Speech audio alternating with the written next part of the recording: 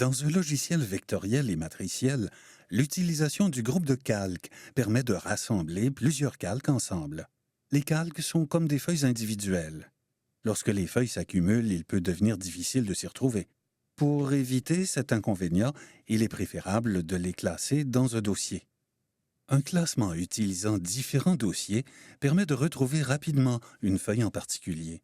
Par la suite, les dossiers peuvent être déplacés.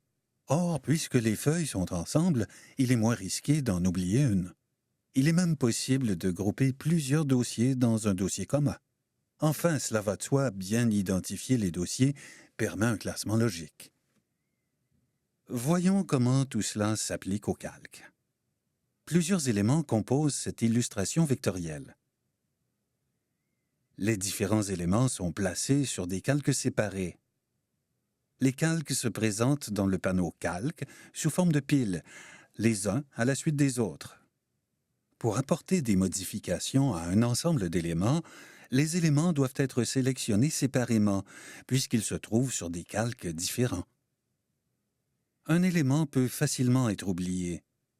Il serait préférable que les éléments d'un même ensemble soient regroupés, comme les feuilles dans un dossier. Les calques des éléments appartenant à une même catégorie, comme les nuages, peuvent être associés pour former un groupe. Différents groupes de calques peuvent être créés pour chaque ensemble d'éléments de même nature. Ces groupes de calques peuvent aussi être associés.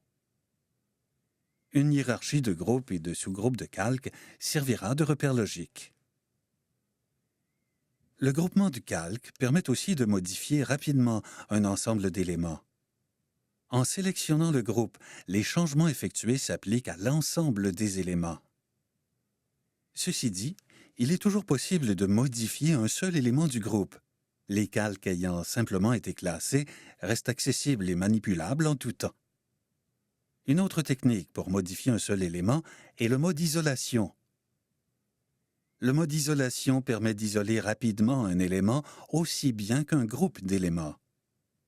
Lorsqu'on passe en mode isolation d'un groupe, seulement ce groupe pourra être modifié.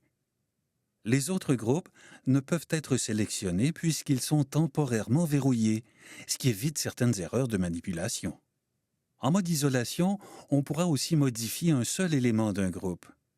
Les modifications s'appliqueront seulement sur cet élément et n'auront aucun impact sur les autres éléments du groupe puisqu'ils sont temporairement verrouillés.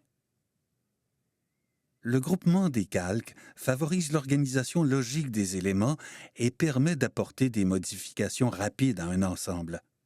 Le mode isolation permet, quant à lui, d'intervenir à tout moment sur un seul élément ou groupe d'éléments. En plus de réduire le temps de manipulation, une telle organisation facilite grandement le travail et contribue à maximiser votre productivité.